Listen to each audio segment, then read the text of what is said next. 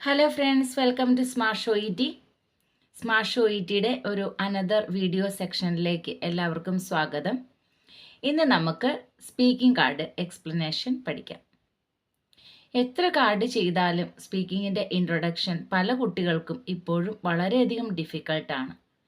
So speaking introduction എങ്ങനെയാണ് എഫക്റ്റീവായിട്ട് ചെയ്യുക? ഞാൻ മുന്നമുള്ള കാർഡുകളിലും ഡിസ്കസ് ചെയ്തിട്ടുണ്ട്, എങ്കിലും അത് കാണാത്തവർക്ക് വേണ്ടി ഒന്നുകൂടെ കൂടി പറയാം. സ്പീക്കിങ്ങിൻ്റെ ഇൻട്രൊഡക്ഷൻ നമ്മൾ വളരെയധികം ഇമ്പോർട്ടൻ്റ് ആയിട്ട് ചെയ്യേണ്ട ഒരു പാർട്ടാണ്.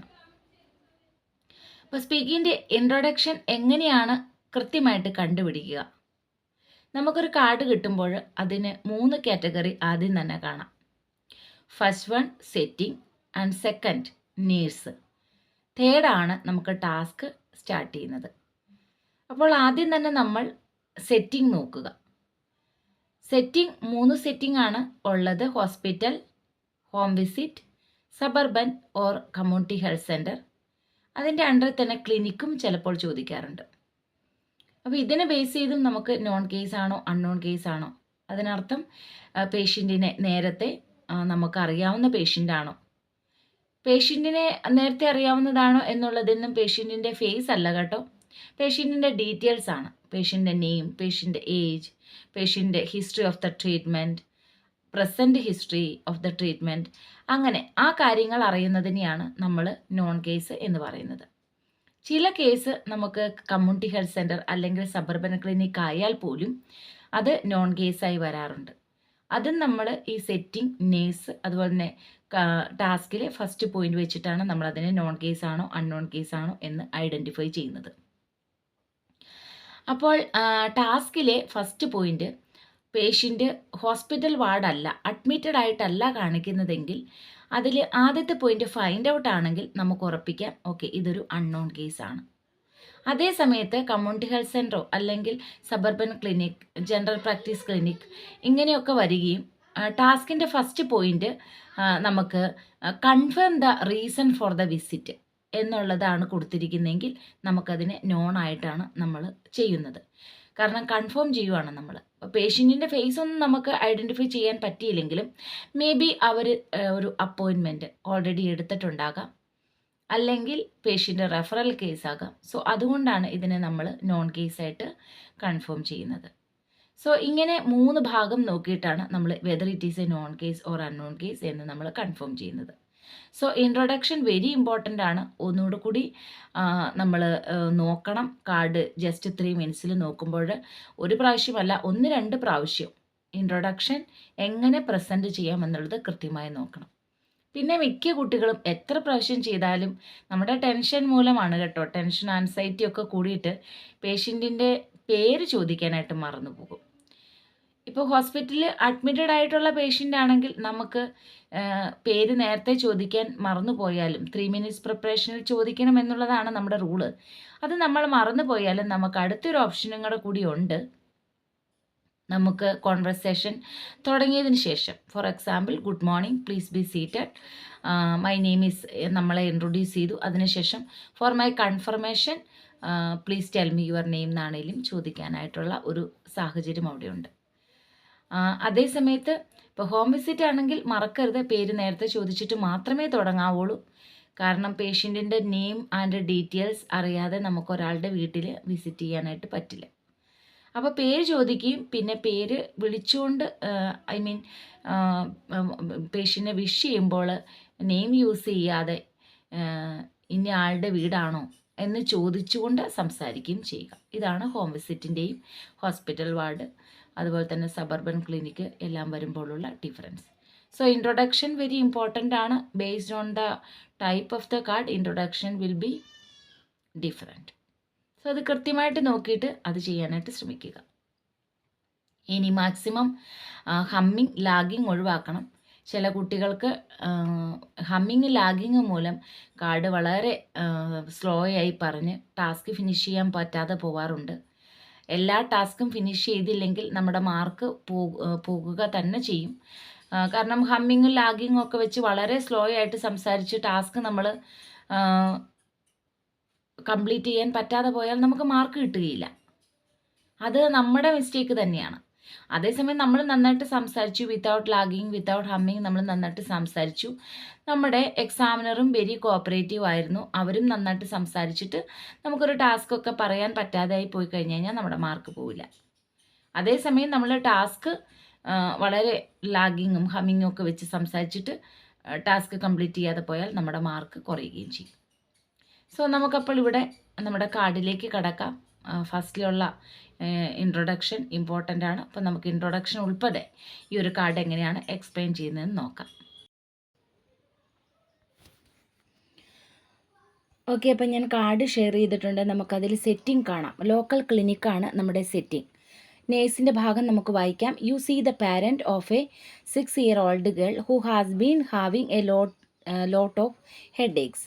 They don't seem to last very long and the child seems fine afterwards. The parent doesn't think they are anything to worry about but would like some advice. The child is not present. So ഇതിൽ നിന്ന് എന്താണ്, ഒരു പാരൻ്റാണ് നമ്മളോട് സംസാരിക്കുന്നത്. So we are not talking to the patient directly, we are talking to the parent because the patient is a 6-year-old girl. നമുക്കതിൽ നിന്ന് മനസ്സിലായി എന്താണ് കണ്ടീഷൻ. ഷി ഹാസ് ഹെഡ് ഏക്ക്.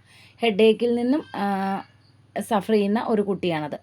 അപ്പം പേഷ്യൻ്റ് നമ്മുടെ അടുത്ത് പാരൻ്റ് നമ്മുടെ അടുത്തിരിക്കുന്നു വന്നിരിക്കുന്നത് കുറച്ച് അഡ്വൈസ് വേണം. പക്ഷേ ഇത് വലിയ പ്രശ്നമാക്കാനുള്ള കാര്യമല്ല, എന്നാലും ഇതിനെക്കുറിച്ചൊരു അഡ്വൈസിന് വേണ്ടിയിട്ടാണ് വന്നിരിക്കുന്നത്. ഹൈലൈറ്റ് ചെയ്തിട്ടുണ്ട് the child is not present. ഇങ്ങനെയുള്ള വാക്കുകൾ നമ്മൾ കൃത്യമായിട്ട് നോക്കണം കേട്ടോ. പക്ഷേ നമുക്ക് ചൈൽഡ് ഈസ് നോട്ട് പ്രസൻ്റ് ആണെങ്കിലും നമ്മുടെ OPDയിൽ അല്ലെങ്കിൽ നമ്മുടെ സെൻറ്ററിൽ, നമ്മുടെ ലോക്കൽ ക്ലിനിക്കിൽ വരുമ്പോഴും നമ്മൾ ആ പേഷ്യൻറ്റിൻ്റെ പേര് ഒരു ഡോക്യുമെൻറ്റേഷൻ പർപ്പസിന് വേണ്ടിയിട്ട് നമ്മൾ എപ്പോഴും എഴുതണം. അത് ഇമ്പോർട്ടൻ്റ് ആണ്. നമ്മളവിടെ രജിസ്ട്രേഷൻ ചെയ്യുന്നുണ്ടല്ലോ, നമ്മുടെ അടുത്ത് ഈവൻ പാരൻ്റാണ് വന്ന് സംസാരിക്കുന്നതെങ്കിൽ പോലും ആ ഒരു കോൺവെർസേഷനിൽ പേഷ്യൻറ്റിൻ്റെ പേരും പേഷ്യൻറ്റിൻ്റെ ഏജും നമ്മളവിടെ ഡോക്യുമെൻറ്റേഷൻ ചെയ്യണം. അല്ലാതെ നമ്മൾ പാരൻറ്റിൻ്റെ പേരല്ല ഡോക്യുമെൻറ്റേഷൻ പർപ്പസിന് വേണ്ടിയിട്ട് ചോദിച്ച് അവിടെ എഴുതുന്നത്. പാരൻറ്റിനെ നമ്മൾ ഫോർ കോൺവെർസേഷൻ പർപ്പസിന് വേണ്ടിയിട്ടാണ് പാരൻറ്റിൻ്റെ പേര് ചോദിക്കുന്നത്. അറ്റ് ദ സെയിം ടൈം ചൈൽഡിൻ്റെ പേര് ചോദിക്കുന്നത് ഫോർ ഡോക്യുമെൻറ്റേഷൻ പർപ്പസാണ്. അതാണ് രണ്ടും തമ്മിലുള്ള വ്യത്യാസം. സോ ടാസ്ക് നോക്കാം. Find out reason for patient visit. ഇപ്പോൾ ഞാൻ പറഞ്ഞ കണക്ക് ഫസ്റ്റിലെ തന്നെ നമുക്ക് ഫൈൻഡ് ഔട്ടാണ്. സോ ദിസ് ഈസ് കംപ്ലീറ്റ്ലി ഒരു അൺനോൺ കേസാണ്. സോ ഇതിൻ്റെ ഇൻട്രൊഡക്ഷൻ എങ്ങനെയാണ്? ഓക്കെ, ഇൻട്രൊഡക്ഷൻ ഞാൻ പറയാം. ടൈം അനുസരിച്ച് നിങ്ങൾ വിഷ് ചെയ്യുക, വിഷ് ദ പാരൻറ്റ്. സോ ഇപ്പം ഗുഡ് ഈവനിങ് ആണെങ്കിൽ good evening, please be seated, my name is, നിങ്ങളുടെ പേര് പറയുക, I am the registered nurse working in this local clinic. ഇനി സംസാരിക്കുന്ന ആളുടെ പേര് എപ്പോഴും ഇമ്പോർട്ടൻ്റ് ആണ്. So as the name of the parent, how may I address you. അവരവരുടെ പേര് പറയും. How may I help you today. അവർ റീസൺ പറയുവാണ്, ഇങ്ങനെ ചൈൽഡിന് ഹെഡ് ഏക്സ് ആയതുകൊണ്ടാണ് വന്നിരിക്കുന്നത്. ഫസ്റ്റ് ഓഫ് ഓൾ നമുക്ക് എന്താണ് വേണ്ടത്? റീഅഷ്വറൻസ് കൊടുക്കണം. Oh, I'm so sorry to hear that your child is not feeling well. She has headaches. But nothing to worry. I can help you. Before that, I just want to ask you a few questions related to your child's headache. അതാണ് നമ്മൾ പറയുന്നത്. അതാണ് second ഡീറ്റെയിൽസിൽ കൊടുത്തിരിക്കുന്നത്. അപ്പോൾ നമുക്ക് confirmation of the പേഷ്യൻ്റെ പേരും അത്യാവശ്യമാണ്. So നമുക്ക് ചോദിക്കാം. So could you please tell me the name and age of the child for my documentation purpose. അതും നമ്മൾ റിസീവ് ചെയ്തു. ഇനി നമുക്ക് പേഷ്യൻറ്റിൻ്റെ മോർ ഡീറ്റെയിൽസ് ചോദിക്കാം. So please explain me regarding the onset of the child's headaches. അത് കിട്ടി. ഇനി നമുക്ക് what about the frequency and duration, second question ആണ്. തേർഡ് വന്നത് ബ്രാക്കറ്റിലുള്ളത് please tell me the time of the day. Next, which area of the head is affected. So please tell me the level of pain. അടുത്ത question ആണ്. അടുത്തത്, so does she has any nausea or have you tried any treatment. ഇത്രയും questions നമ്മൾ ചോദിച്ചു. നമ്മുടെ ബ്രാക്കറ്റിലെ എല്ലാ ക്വസ്റ്റ്യനും നമ്മൾ ചോദിച്ചിട്ടുണ്ട്. അവരതിനുള്ള എല്ലാ ആൻസറും തന്നു. നമുക്ക് നെക്സ്റ്റ് ടാസ്ക് എന്താണെന്ന് വായിക്കാം. Give information about head aches in children. അപ്പോൾ അതിൻ്റെ ബ്രാക്കറ്റ് കൊടുത്തിട്ടുണ്ട്, എന്ത് ഹെഡ് ഏക്ക് ആണെന്നും അതിൻ്റെ കാരണം എന്താണെന്നും കൊടുത്തിട്ടുണ്ട്. അപ്പോൾ അതിന് മുന്നേ നമ്മളോട് അവർ ആൻസർ പറഞ്ഞു കഴിഞ്ഞല്ലോ. അപ്പം നമുക്ക് ജസ്റ്റ് ആൻസർ പറഞ്ഞതിനൊരു താങ്ക് യു പറയാം. So thank you so much for answering my questions. It was very relevant information for me to know more about your child എന്നുള്ള ആ ഒരു സ്റ്റേറ്റ്മെൻറ്റ് നമ്മൾ കൊടുക്കുക. നെക്സ്റ്റ് നമ്മൾ ഇൻഫർമേഷൻ കൊടുക്കുകയാണ്, എന്തുകൊണ്ടാണ് കുട്ടികളിൽ ഇങ്ങനൊരു ഹെഡ് ഏക്ക് ഉണ്ടാകുന്നത്. ഇപ്പോൾ അവരവരുടെ പേര് സാറ എന്നാണ് പാരൻറ്റിൻ്റെ പേര് പറഞ്ഞിട്ടുള്ളതെങ്കിൽ miss Sara now I will provide you more information regarding the headaches in children. ഇനി ബ്രാക്കറ്റിലുള്ളത് കണക്ട് ചെയ്ത് പറയുക. Usually it is a tension headache. Do not worry about this because it may be due to genetic issues. So നമ്മൾ outline possible ട്രിഗേഴ്സിലോട്ട് കിടക്കുവാണ്. Bracket കൊടുത്തിട്ടുണ്ട്, അതിൻ്റെ points അതിനെ കണക്ട് ചെയ്ത് നമുക്ക് സംസാരിക്കാം. Now I will explain you some of the possible triggers. Tiredness, insufficient food or fluid intake, excess screen time, if she has any changes of routine or diet. These are the reason for possible triggers. So, next നമ്മൾ explore relevance of these two child. അതിൻ്റെ അർത്ഥം എന്താണ്? ഇതിലേതെങ്കിലും കുട്ടിക്കുണ്ടോ എന്ന് നമ്മൾ അമ്മയോട് ചോദിക്കുന്നതാണ്. So നമുക്ക് ചോദിക്കാം. So now I want to know your child has any of these symptoms. അപ്പോൾ നമ്മൾ ചോദിച്ചു എന്തെങ്കിലും ഒരു സിംറ്റം ഉണ്ടോ. അപ്പോൾ അവരതിനകത്ത് പറയുന്നുണ്ട് നമ്മുടെ അടുത്ത് yes she is using excessive screen time. അതാണ് ആൻസർ. സോ നമുക്ക് നെക്സ്റ്റ് പോയിന്റിലോട്ട് പോകാം. Advice on prevention of headaches. അപ്പം നമുക്ക് ആൻസർ കിട്ടി എന്തുകൊണ്ടാണ് അവർക്ക് പ്രശ്നം എന്നുള്ളത്. She is using excess time for screen. So that is why she is getting headache. Now I understand that. നമ്മൾ പ്രിവെൻഷൻ ഓഫ് ഹെഡേക്സിനെ കുറിച്ച് പറഞ്ഞു കൊടുക്കണം. Miss Sara now I will provide you more information regarding the prevention of headaches. So she needs to have consistent sleep, a good eating pattern. For that she can take well balanced diet. She can have plenty of milk and egg in a day, vegetable, fruits. She can take lots of good diet. Next exercise routines. ഒരു കുറച്ച് exercise ഒക്കെ ചെയ്യാനായിട്ട് പറഞ്ഞു കൊടുക്കുക. So it is important to do exercise regularly. Next hydration and relaxation ആണ്. അതും പറഞ്ഞു കൊടുക്കാം. She needs to be always hydrated. For that she can take plenty of water in a day. She needs to be always needs to have always relaxation. Next എന്താണ്? Screen time reduction ആണ് പറഞ്ഞു കൊടുക്കുന്നത്. And finally she can reduce her screen time especially before going to bed. നമ്മൾ next പോയിന്റിലോട്ട് പോവുകയാണ്. അതിന് മുന്നേ നമുക്ക് എന്തെങ്കിലും ഡു യു ഹാവ് എനി ക്വസ്റ്റ്യനോ അല്ലെങ്കിൽ ആം ഐ ക്ലിയർ ടു യോ അവരുടെ അണ്ടർസ്റ്റാൻഡബിലിറ്റി നമുക്ക് ചെക്ക് ചെയ്യാം. Next make further recommendations. അടുത്ത റെക്കമെൻഡേഷൻസിനെ കുറിച്ച് നമ്മൾ പറഞ്ഞു കൊടുക്കുകയാണ്. So you can keep a headache diary for identification of specific triggers. അതിന് നമുക്ക് വേണമെങ്കിൽ ഒന്നുകൂടെ കൂടി എക്സ്പാൻഡ് ചെയ്യാം. ഒരു 5 മിനിറ്റ്സ് എത്രയെങ്കിലും കുറച്ച് നമ്മുടെ കയ്യിൽ നിന്ന് എക്സ്പാൻഡ് ചെയ്താലേ പറ്റുള്ളൂ. അപ്പം നമുക്ക് പറയാം. So if you find the specific triggers and if you note it in the diary it will be very helpful for your child and you to recognise the triggering factor for the headache. So the next time you can avoid that particular factors. Next suggest doctor's appointment for child. പിന്നെ നമ്മൾ finally പറയുന്ന ഡോക്ടറിൻ്റെ appointment is very essential ആണെന്നാണ്. So you can have a doctor's appointment four your child because it will help to rule out underlying causes and also he can provide some precautions and it will help you to provide further advice from him and also he will provide reassurance. So I strongly recommend you to have a doctor's appointment. You can take an appointment and you can come with your child, so I can help you out. നമ്മുടെ card തീർന്നു. ഇനി നമുക്കറിയാം 5 minute എന്നുള്ള സംസാരിക്കണം നമ്മൾ. 3 minutes preparation plus 5 minutes നമ്മൾ സംസാരിക്കണം. ഈ 5 മിനിറ്റ്സ് എങ്ങനെയാണ് നമ്മൾ അറിയുക ഓക്കെ 5 മിനിറ്റ്സ് ആയി എന്നുള്ളത്? നമുക്കവിടെ ടൈമറോ ഒന്നുമില്ല. അപ്പോൾ 5 മിനിറ്റ്സ് ആയി എന്നറിയുന്നത് നമ്മുടെ ടൈമർ നമ്മുടെ എക്സാമിനറാണ്.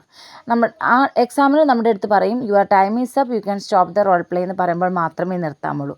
നമ്മുടെ ടാസ്ക് എല്ലാം തീർന്നു, നമ്മളോട് അവരത് പറയുന്നില്ല എങ്കിൽ നമുക്ക് എന്തെങ്കിലും കുറച്ചുകൂടി അഡ്വൈസ് പറഞ്ഞു കൊടുക്കാം. പിന്നെ അമ്മ കുഞ്ഞ് കാർഡ് വരുമ്പോൾ റീഅഷുറൻസ് സ്റ്റേറ്റ്മെൻറ്റിന് വളരെയധികം ഇമ്പോർട്ടൻസ് ഉണ്ട്. നമുക്ക് ഒരു റീഅഷുറൻസ് നമുക്ക് അമ്മയ്ക്ക് കൊടുക്കാം എപ്പോഴും. കാരണം കൊച്ചിൻ്റെ കാര്യത്തെക്കുറിച്ച് ഓർത്ത് അവർ വളരെയധികം വറീഡ് ആയിരിക്കുമല്ലോ. അപ്പം നമുക്ക് പറയാം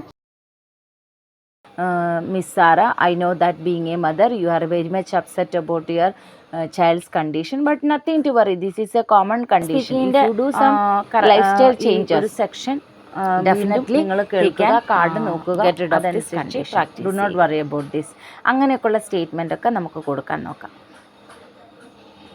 അപ്പോൾ സ്പീക്കിങ്ങിൻ്റെ ഈ ഒരു സെക്ഷൻ വീണ്ടും നിങ്ങൾ കേൾക്കുക, കാർഡ് നോക്കുക, അതനുസരിച്ച് പ്രാക്ടീസ് ചെയ്യുക. So I hope you understand regarding this card and explanation of this card. So ഞാൻ ഇനിയും കാർഡ് ഇങ്ങനെ എക്സ്പ്ലനേഷൻ ഇടുന്നതായിരിക്കും. നമുക്ക് കുറച്ചുകൂടി ഓരോ കാർഡും ചെയ്യുമ്പോൾ മനസ്സിലാക്കാനായിട്ട് സാധിക്കും. ഇത് സെൽഫായിട്ട് പ്രിപ്പയർ ചെയ്യുന്ന കുട്ടികൾക്ക് കൂടുതൽ യൂസ്ഫുൾ ആയിരിക്കും കേട്ടോ. അപ്പം നെക്സ്റ്റ് വീഡിയോയിൽ കാണാം. Thank you so much.